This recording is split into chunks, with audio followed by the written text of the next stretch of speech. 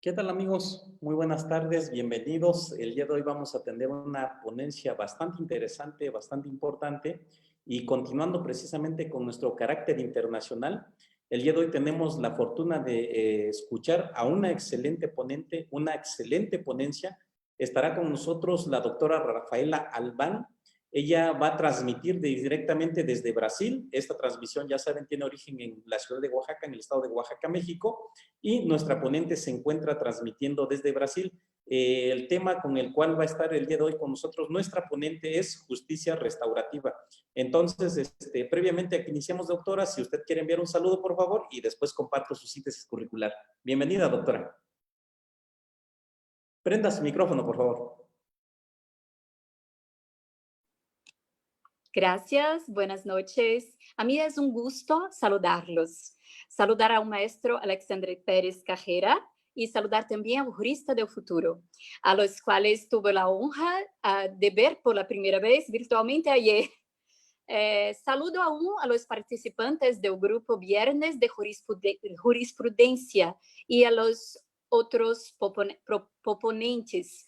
Saludo también a mis amigos y familiares que viven en México, así como a todos los compañeros y compañeras de México, de Brasil y de otras partes del mundo que ahora están escuchando a nosotros. Perdón por mi español, porque hace 3 años que casi no estoy hablando, entonces falta me practicar.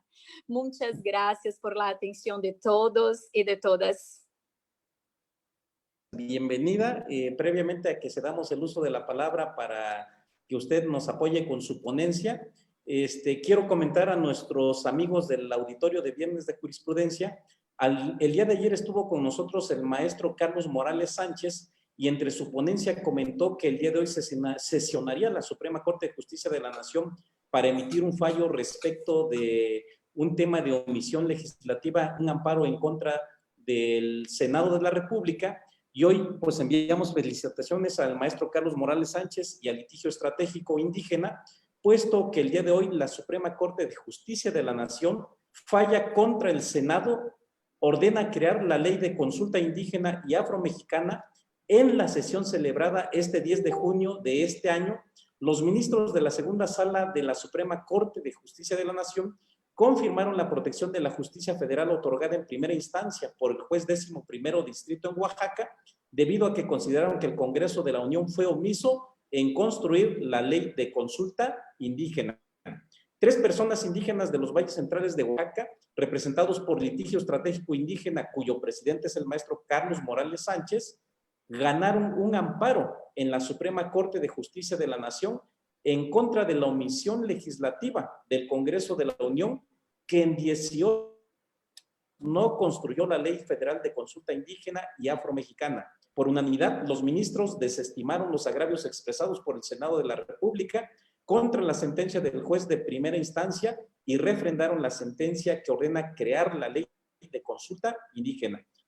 En la inédita sentencia, la Suprema Corte de Justicia de la Nación reconoce que a las personas indígenas y afromexicanas les asiste el derecho constitucional de contar con una ley federal de consulta indígena y que este deber también proviene de tratados internacionales y de las sentencias de la Corte Interamericana de Derechos Humanos.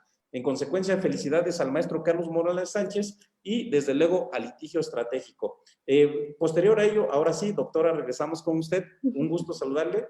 Reitero la transmisión desde Brasil con el tema justicia restaurativa y vamos a compartir con nuestro auditorio de bienes de jurisprudencia una síntesis curricular de lo que implica la amplia trayectoria profesional de nuestra ponente. Nos da bastante gusto tenerla con nosotros, doctora. Es un privilegio en esta conferencia de carácter internacional.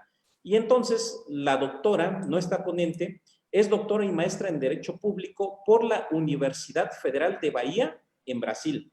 Es especialista en Ciencias Criminales por Brasil, Derecho Penal Económico en Portugal y Teoría del Delito en España.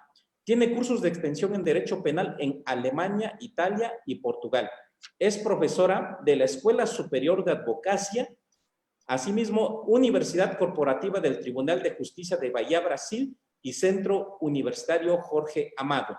Asimismo, es miembro de un grupo de investigación sobre culpabilidad en pospenalismo Es abogada penalista con práctica principal en Derecho Penal Corporativo. Es consejera estatal de la Asociación Nacional de Derecho Penal. Asimismo, es autora de libros y artículos jurídicos en publicaciones periódicas y trabajos especializados, entre ellos una publicación en español en la revista Derecho Penal y Criminología, dirigida nada más y nada menos que por el doctor Eugenio Raúl Zaffaroni, juez de la Corte Interamericana de Derechos Humanos. Doctora, qué gusto saludarle, muchísimas gracias y la palabra es suya, por favor. Adelante. Maestro Alexandre Pérez Carrera, muchas gracias por su amable presentación. Una vez más, quiero impartir la alegría de participar de este proyecto, muy importante y honroso, especialmente debido a la difícil situación de pandemia que todos están viviendo ahora, y de la posibilidad de compartir conocimientos sin fronteras. Es un gusto poder estar en Brasil, en mi casa, con mi familia, y poder hablar con los compañeros y compañeras de Oaxaca y México y de otras partes del mundo. ¡Viva la tecnología! ¿Sí? Muchas gracias. Adelante, adelante, doctora, con su ponencia, por favor. Sí, claro. A todo momento, el derecho penal es confundido con la idea de punición y prisión. En Brasil, vemos la población pleiteando la reducción de mayoridad penal, más punición, más cárcel. Ahora, debido a la pandemia, tuvimos que vivenciar situaciones de gobernantes hablando en prisión de las personas que no cumplen el aislamiento social, ¿verdad? Vivimos en una triste realidad en la cual el derecho penal es utilizado como instrumento de opresión a la libertad, de coacción, de sufrimiento. Entonces, pregunto, ¿por qué estamos hablando hoy de justicia restaurativa? De la posibilidad de pensar una justicia no punitiva, de una forma alternativa de reacción de crimen sin prisión. Hablamos porque nosotros, en la condición de estudiantes, profesionales de derecho, profesores, abogados, juristas, jueces, miembros del Ministerio Fiscal, todos no podemos creer que la cárcel es la solución de los crímenes. Tampoco podemos nos olvidar de las víctimas, de sus necesidades de acogimiento, de sus efectivos deseos de justicia. Antes de hablar propiamente de la justicia restaurativa, concepto, principios, prácticas, tengo que hacer algunas consideraciones relevantes al planteamiento del tema. En primer lugar, en Brasil, el Código de Procedimientos Penales es de 1941. Sí, es lo único Código de Procedimientos Penales de toda la América Latina que es tan antiguo. No hay ningún artículo que trata de los derechos de las víctimas o ofendidos, como ocurre, por ejemplo, en el artículo 109 del Código Nacional de Procedimientos Penales de México. Aquí, en Brasil, la gran mayoría de los procesos penales son movidos sin atención a la autorización de la víctima, a su interés y hasta mismo sin su participación. Las partes son el Ministerio Fiscal y el autor del crimen, por intermedio de su abogado.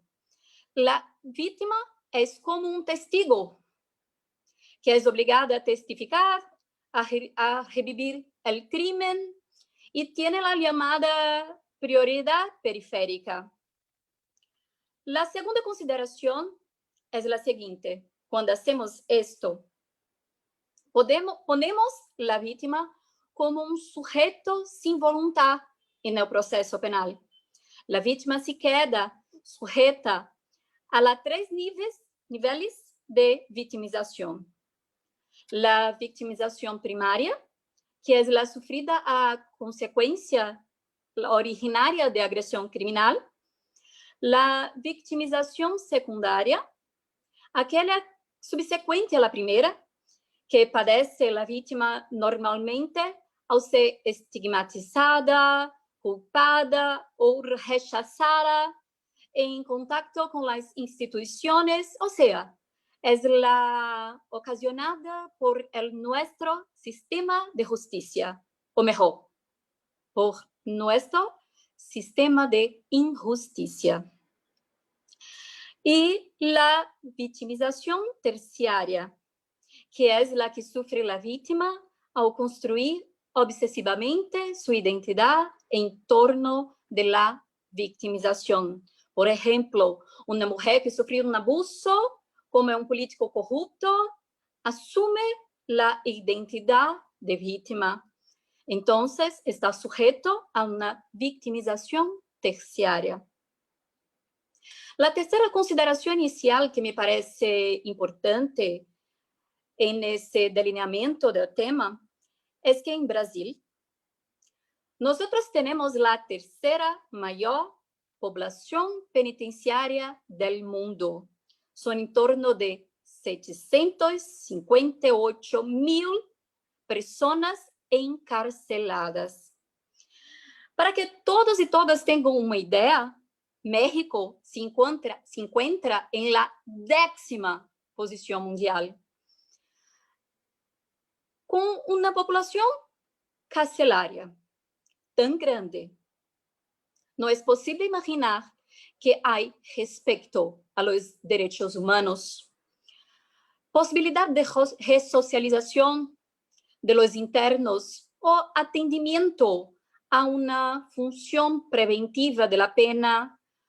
Es importante decir a los compañeros y compañeras que en Brasil, nuestro Tribunal Constitucional ya reconoció el sistema penitenciario como un estado de cosas inconstitucional.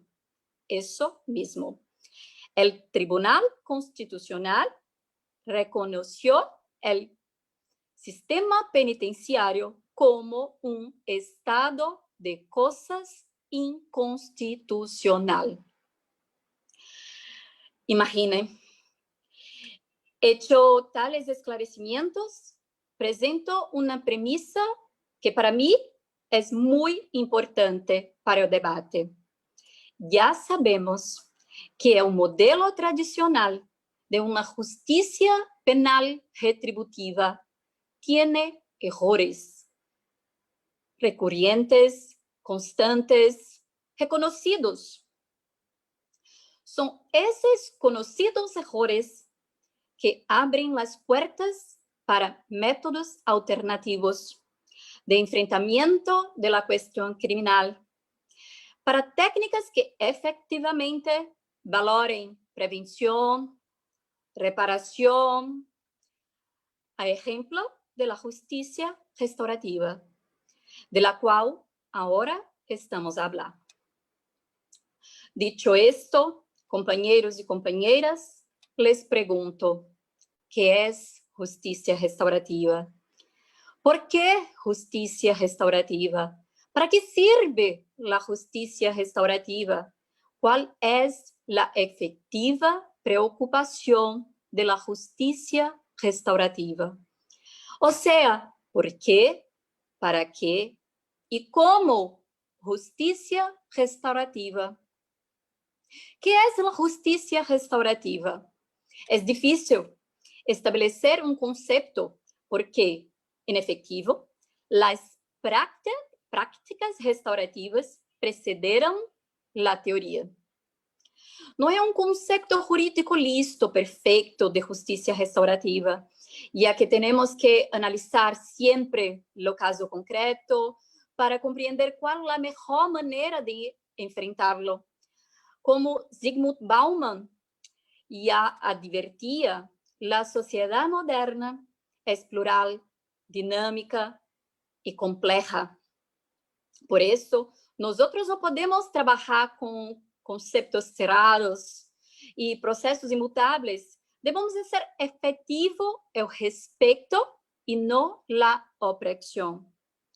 Lo importante es que la justicia restaurativa hace críticas duras, severas, al proceso penal tradicional, a la llamada justicia punitiva, también llamada justicia retributiva, ya que el proceso tradicional es un sistema verticalizado y impositivo, en que hay un distanciamiento del Estado con los personajes del conflicto, que tiene como consecuencia la insensibilidad al fato, la insensibilidad a sus circunstancias, a los actores. En líneas generales, la justicia restaurativa puede ser entendida como una construcción teórica de naturaleza, sobre todo criminológica y político-criminal, que quiere entender la situación problema, el fenómeno criminal, y formular propuestas destinadas a su pacificación, a la reparación del daño. O sea, la justicia restaurativa puede ser entendida como un conjunto diferenciado de normas y de prácticas de reacción al conflicto criminal, sujeto a un denominador común siempre: la reparación de los daños causados a la víctima por intermedio de la responsabilización voluntaria del agente del crimen. Con todo lo que fue hasta ahora dicho, ¿por qué entonces justicia restaurativa? ¿Por qué? ¿Cuál es el motivo para hablar de justicia restaurativa en la modernidad?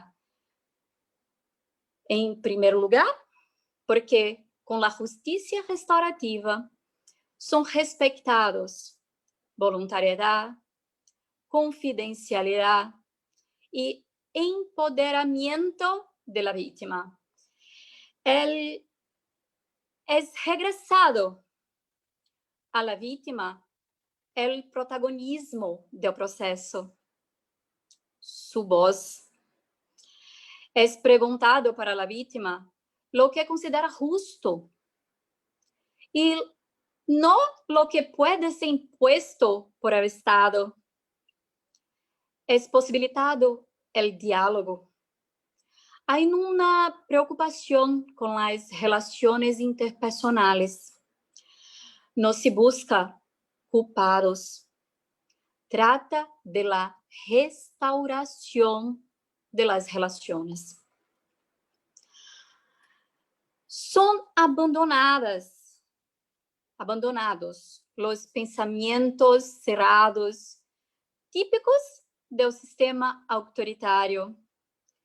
Es percibido que el conflicto no comprende solamente la doble víctima-ofensor, pero también la familia, la comunidad y otros integrantes de la sociedad. Así, es más fácil hablar de reparación, resocialización y prevención. Institutos esenciales en el Estado democrático de derecho que son inconscientemente olvidados en función de las injusticias de un proceso penal que olvida de la víctima y que solo está preocupado con la opresión del agresor. ¿Para qué entonces justicia restaurativa? Con la justicia restaurativa es posible restaurar relaciones, disminuir la falsa importancia de la cárcel. Hablamos de justicia restaurativa para repensar premisas, pues precisamos tener en mente una cosa. tratar una conducta como crimen no es, en definitivo, la solución del problema. Vamos para un ejemplo. En Portugal, ¿sí? Yo estudié en Portugal, entonces vamos a hablar de una situación que vivenciamos en Portugal. En Portugal, en los años 90, cerca de 80% de las personas encarceladas tenían problemas con drogas. Fue procedida entonces la descriminalización de muchas conductas relativas a las drogas y una intensificación de la justicia alternativa. Con el consumo de drogas no era más un crimen, empezó entonces a ser tratado como un problema de salud pública. Resultado con eso, Portugal cuenta hoy con un bajo número de personas encarceladas y es el país de Europa con menos muertes ocasionadas por las drogas. Por eso es muy importante tener en mente que la justicia penal, la justicia retributiva, no es la solución de un problema. ¿Cómo entonces podemos tratar de la justicia restaurativa? La justicia restaurativa es realizada a través de prácticas restaurativas, que pueden ser distintas y siempre deben se adecuar al caso concreto. Son muchas prácticas restaurativas. Tenemos, por ejemplo, los círculos restaurativos, donde son realizados por medio de cuestiones elaboradas por un facilitador que será discutida individualmente por los integrantes a través de un bastón de habla. Entonces tenemos el facilitador, las partes y otras personas. Tenemos también las conferencias de grupos de familia como justicia restaurativa, como una práctica, con la participación de familiares, construcción de una red de soporte al agresor, para que él admita, comprenda su responsabilidad. Tenemos también la mediación víctima, ofensor, comunidad. La mediación cuenta con la ayuda de mediadores, con encuentros con las partes aisladas, con las partes juntas, y puede ser realizada con la presencia de familiares y de la comunidad. A veces, las prácticas restaurativas pueden indicar que la pena no es necesaria, pero al Poder Judiciario, es el Poder Judiciario que debe hacer la valoración, ¿sí? Una pregunta que puede tener ahora es: ¿justicia restaurativa solo es posible en crimen de menor potencial ofensivo? ¿O podemos también hablar de justicia restaurativa, por ejemplo, en crímenes más graves? A mí me parece que en los crímenes más graves, la justicia restaurativa puede ser más importante y debe sí ser aplicada. ¿Por qué? Cuanto más grave es el crimen, más intenso es el daño y, por lo tanto, más necesario es la resocialización. No podemos hacer restricciones, porque la justicia restaurativa puede permitir al agente comprender la ofensividad de su conducta y el sufrimiento causado por el crimen. así como puede permitir a la víctima la comprensión de su propia victimización. En todo caso, la justicia restaurativa es muy importante cuando hay una relación previa entre el autor y la víctima. No podemos olvidar que la justicia restaurativa ni siempre evita la justicia penal retributiva. Elas pueden ser complementares.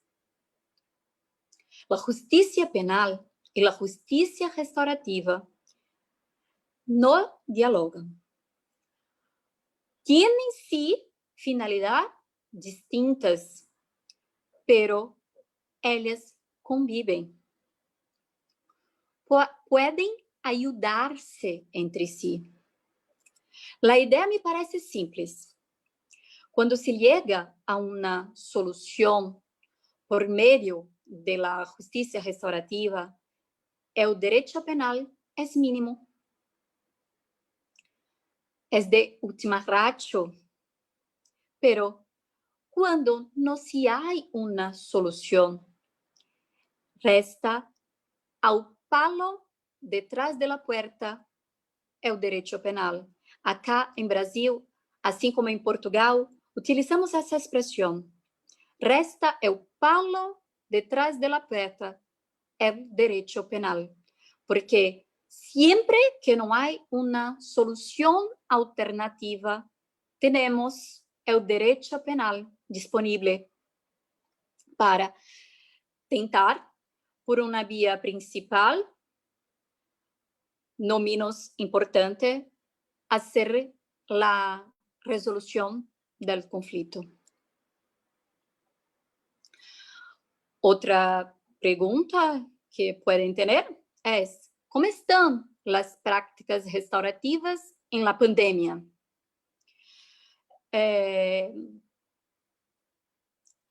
la situación que estamos viviendo ahora, en Brasil, específicamente en Bahía, donde vivo, el Tribunal de Justicia está manteniendo los círculos virtuales de la paz. Hasta ahora, ya contamos con 75 círculos virtuales realizados en la pandemia. En estos círculos se utiliza una plataforma virtual como esta que estamos usando ahora, donde están siendo realizados diálogos de fortalecimiento, de integración, de paz, con la participación de magistrados, funcionarios de la justicia, psicólogos, abogados, integrantes de la penitenciaria, de cultos religiosos y de la comunidad. La verdad es que en el núcleo de justicia restaurativa del Tribunal de Justicia de Bahía, acá en Brasil, tiene la principal función, ese núcleo tiene la principal función, de incentivar las prácticas restaurativas por medio de acciones de sensibilización, de cursos de capacitación, de implantación de nuevas unidades de justicia restaurativa, de conferencias. Entonces, todo está mantenido, pero por intermedio de la plataforma virtual. Por lo fin, para que puedan hacer preguntas, utilizo aquí las palabras del profesor Amartya Sen, de Harvard, para una reflexión final. En la busca de sentidos para la justicia, más útil que encontrar un modelo de justicia perfecta es la descubierta progresiva y a través de comparaciones de las soluciones menos injustas. Yo no tengo cómo finalizar mi exposición también sin registrar mi admiración y respeto a dos mujeres brasileñas que aquí en Bahía son las principales responsables por las discusiones y prácticas de la justicia restaurativa. A la doutora Selma Santana, de Ministério Fiscal Militar, e a la doutora Joanice Maria Guimarães de Jesus, magistrada del Tribunal de Justicia. Muchas gracias, doctoras Selma y Joanice. Muchas gracias, doctor Alexander. Muchas gracias a todos y todas. Doctora, qué gusto, muchísimas gracias, muy interesante su ponencia. Comentar a nuestro auditorio, obviamente, que pues su excelente disposición para estar con nosotros y sobre todo, pues la excelente disposición para su ponencia en español, para que todos nosotros pudiéramos entenderla. Estoy intentando.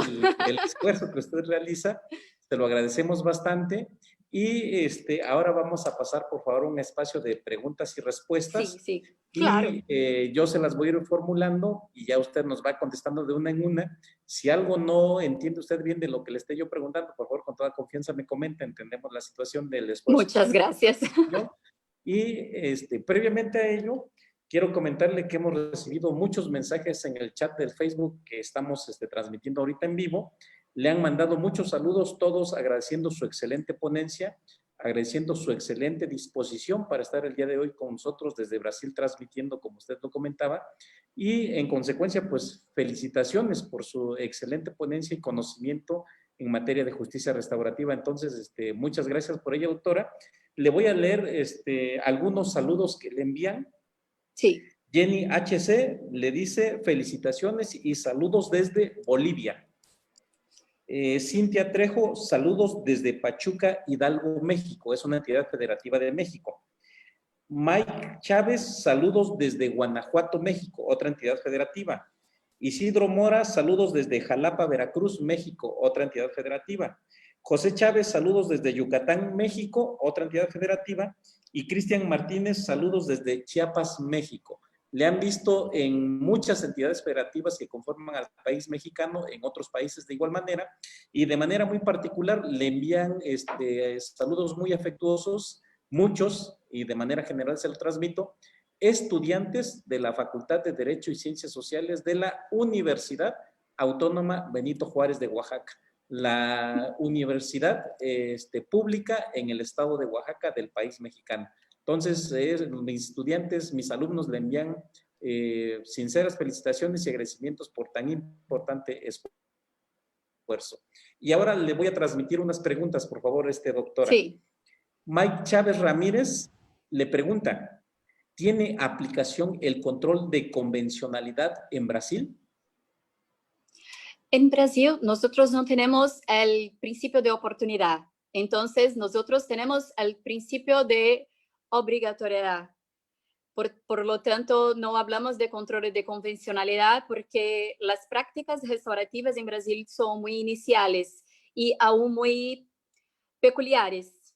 No hay una sustitución aún de la justicia penal por la justicia restaurativa, salvo cuando se trata de crímenes de menor potencial ofensivo. Entonces, cuando se trata de crímenes de menor potencial ofensivo, nosotros tenemos una ley específica que al juez es posible analizar el acuerdo hecho entre Ministerio Fiscal y ofensor y víctima, pero no es un control de convencionalidad como ocurre en México probablemente. Es diferente. Ok, muy bien, muchas gracias. Ahora le pregunta Raúl Cortés, ¿qué efectos positivos o negativos ha dejado la justicia restaurativa en Brasil? Los efectos positivos, sí, los efectos positivos de justicia restaurativa en Brasil es la posibilidad de repensar la justicia penal. Porque ahora, por ejemplo, nosotros tuvimos una importante reforma del Código de Procedimientos Penales. Y en esta reforma, algunos procedimientos están estableciendo más la justicia negocial, la posibilidad de negociación en proceso. Entonces, como nosotros tenemos la justicia restaurativa como forma precedente, es más fácil para hablar de la negociación, pero esclareciendo por obvio que en la justicia restaurativa no podemos combinar penas, sanciones criminales, ¿sí? Es solo la reparación de la víctima. Acá en Brasil es diferente también. Okay. En efecto negativo, yo no veo ninguno. ¿Por qué? Porque cuando nosotros estamos haciendo prácticas restaurativas, nosotros estamos viendo a las personas se restaurarem, se restabelecerem. Las personas están dialogando. ¿Dialogando? ¿Se habla? ¿Sí? Sí. Sí, Okay. están dialogando. Sí, están dialogando. Entonces, es posible, por ejemplo, preguntar o por qué del crimen o por qué yo fui víctima, ¿sí? Yo tuve la oportunidad de hacer algunas prácticas restaurativas en derecho juvenil y para mí fue un gusto. ¿Por qué? Porque cuando yo vi dos adolescentes, dos jóvenes, hablando una discusión de un acto infraccional, de un casi crimen, porque es una cuestión de maturidad, ¿no es? Yo quiero que me ayude con eso. Entonces fue algo estimulante, porque los jóvenes se quedaron satisfeitos, reparados y resocializados. Para mí fue muy bueno. No veo nada negativo.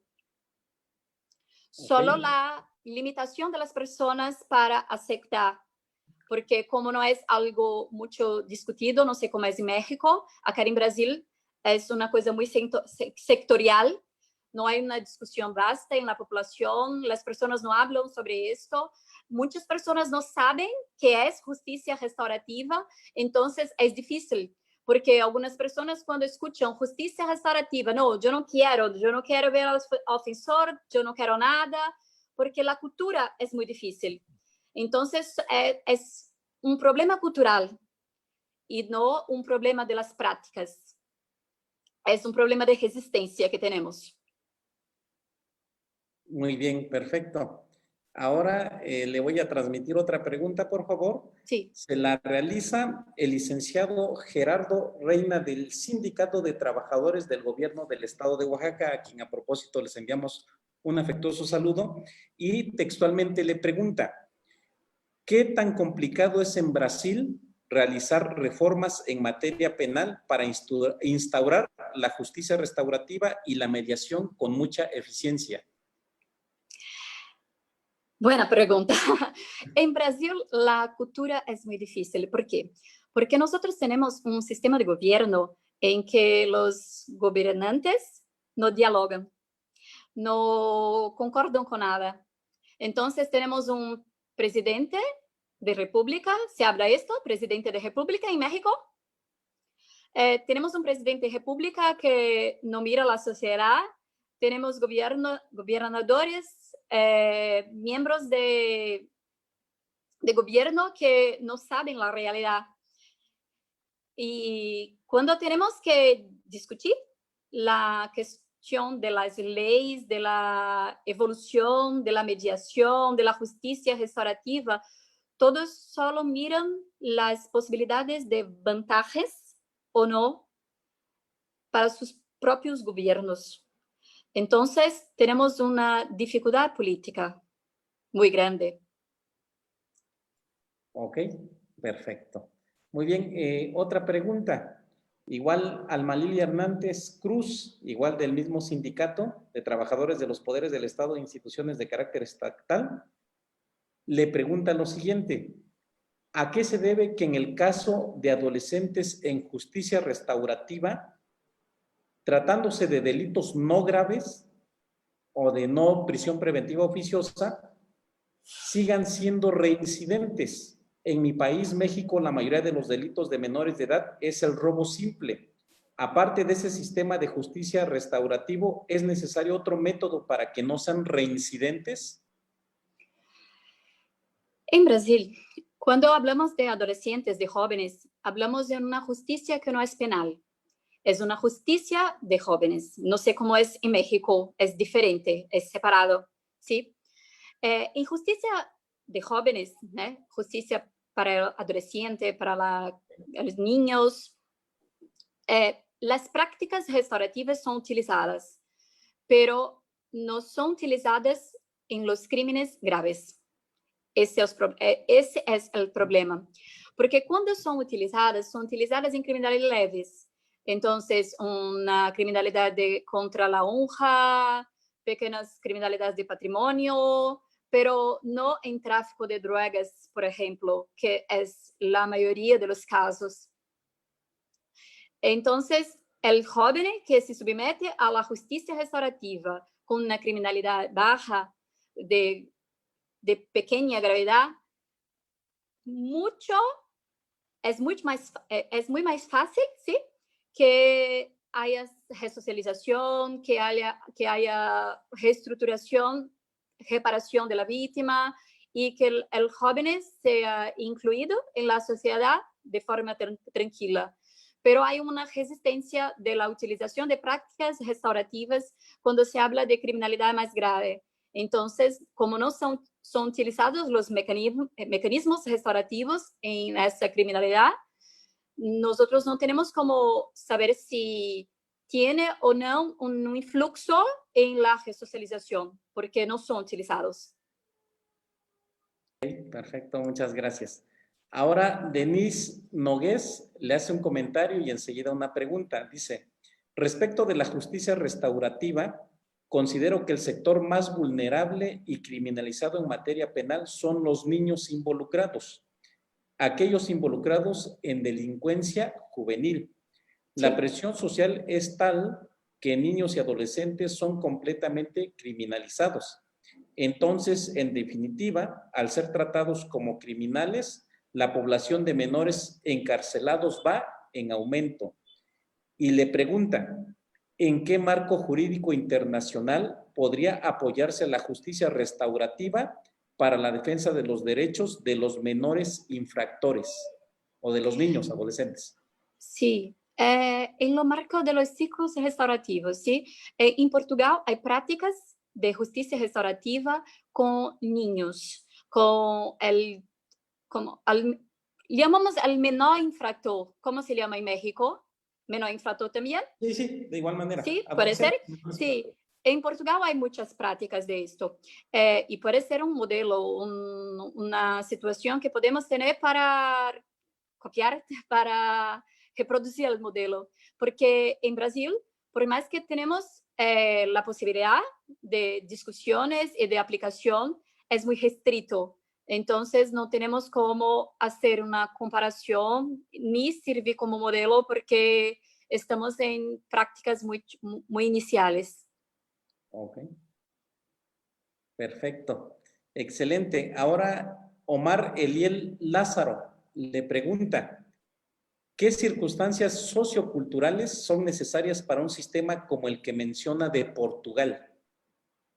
Educación. ¿Sí? Educación y tal vez también un país que tiene más igualdad social.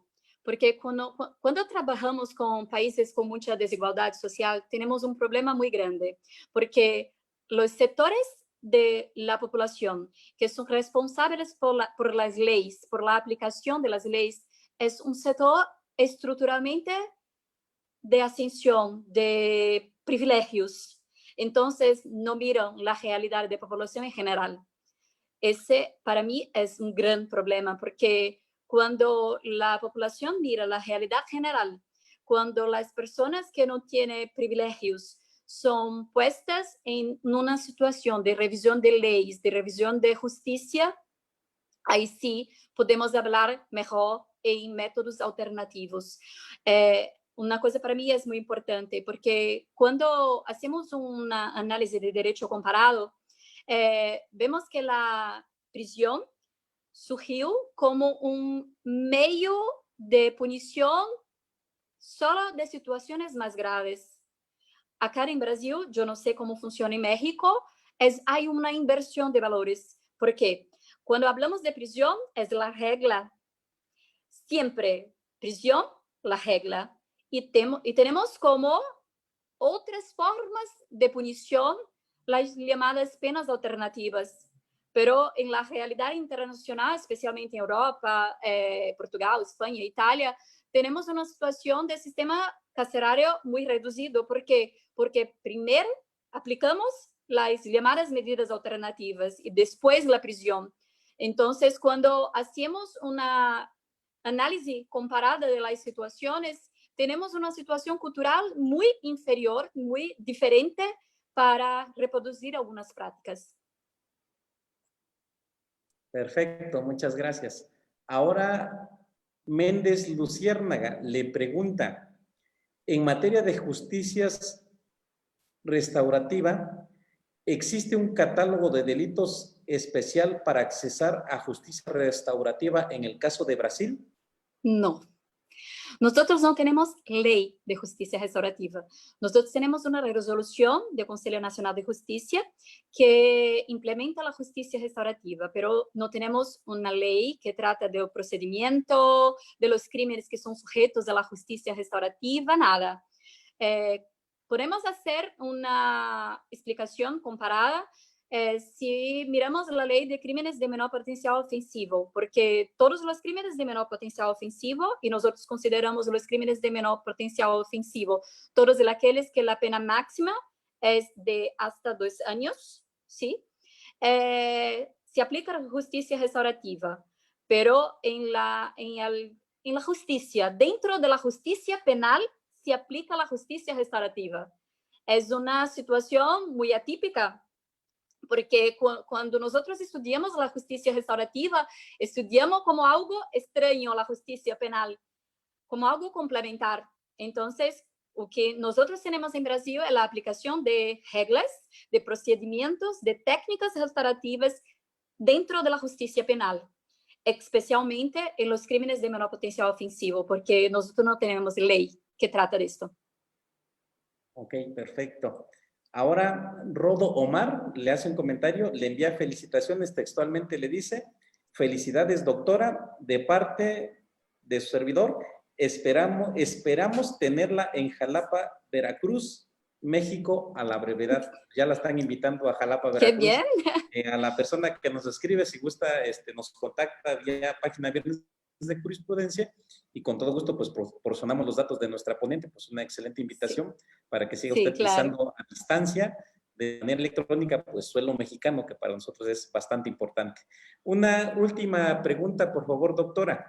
Diana Colmenares le pregunta, ¿qué sucede cuando el agresor en un delito, cuando el imputado en el caso de México sí desea reparar el daño cometido, pero busca la justicia restaurativa y la víctima se resiste a esta medida?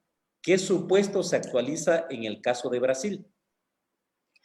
Tenemos dos corrientes, ¿sí? Una corriente es de minimalismo, que habla que la justicia restaurativa necesita de la voluntariedad. Entonces, cuando hablamos de una situación como esta, nada se puede hacer porque si la víctima no quiere, no tiene cómo hacer una práctica restaurativa porque no puede ser impuesta, ¿sí? Una otra corriente habla de maximalismo y dije que la justicia restaurativa no necesita de la voluntariedad. Entonces, en esta realidad, podría-se hablar que sí, podría ser una consecuencia podría-se establecer una consecuencia a la reparación hecha por el agresor, mismo sin la víctima concordar, hablar nada. Yo no concordo. Para mí no me cae bien la idea de reparación sin voluntariedad. Es extraño, no me cae bien, no concordo. Entonces, en la práctica, si el agresor quiere hacer la reparación, la víctima no quiere justicia restaurativa, lo máximo que tenemos es la posibilidad de consideración de la reparación en el cálculo de la pena, para la reducción de la pena, por lo contrario del procedimiento, pero nada más. Pues doctora, pues muchísimas gracias. Hay muchas preguntas todavía. Le envían saludos desde Quintana Roo, México, de Oaxaca, de aquí donde estamos transmitiendo. Sin embargo, por circunstancias del tiempo, pues ya vamos a finalizar con esta ponencia. Sí.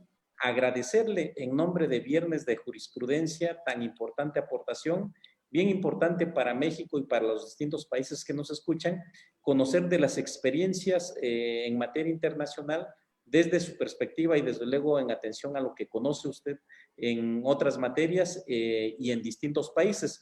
Yo por último le preguntaría, doctora, entre su experiencia profesional, ¿en cuál de los distintos países que usted ha conocido y que conoce en materia doctrinal considera que ha funcionado de mejor manera la justicia restaurativa o que encontremos algo específico que podamos adoptar, por ejemplo, en el caso de México, para eficientar esta figura que hoy en día sin duda alguna adquiere más una relevancia bastante alta?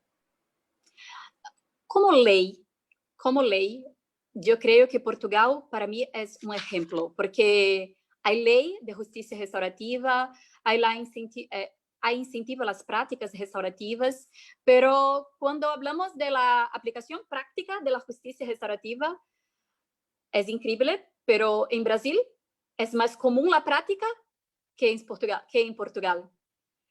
Pero en Portugal hay ley. Entonces, cuando miramos las posibilidades, creo que podemos mirar la ley de Portugal y hacer las prácticas en nuestro país. Ok, perfecto, doctora. Pues agradecer ahora sí bastante el hecho de tan importante ponencia. Reitero el agradecimiento, puesto que desde el momento que le hicimos la invitación, inmediatamente aceptó estar con nosotros. Un saludo a nuestro amigo en común, el maestro Limi, quien Limi, facilitó esta sí. posibilidad. El amigo Limi también siempre muy presto, muy emocionado de estar contribuyendo con nosotros. Entonces, un saludo, estoy seguro que nos está escuchando. Y a usted, doctora, pues agradecer bastante el hecho de tan importante ponencia. Y no sé si quisiera usted agregar algo más para finalizar, por favor. No, solo quería decir muchas gracias a todos y todas. Recibo mis saludos afectuosos desde Brasil. Buenas Excelente. noches. Sí. Perfecto. Doctora, pues agradecer bastante. Y para nuestros amigos del auditorio de Viernes de Jurisprudencia, recordarles que estamos ya en la última etapa de esta serie de conferencias. Terminamos y finalizamos esta segunda etapa de conferencias el día martes 16 de junio. En consecuencia, les invitamos para que el día de mañana nos acompañen y escuchen la ponencia de la doctora Esperanza Soto Alonso con el tema Derecho Penal Militar en México.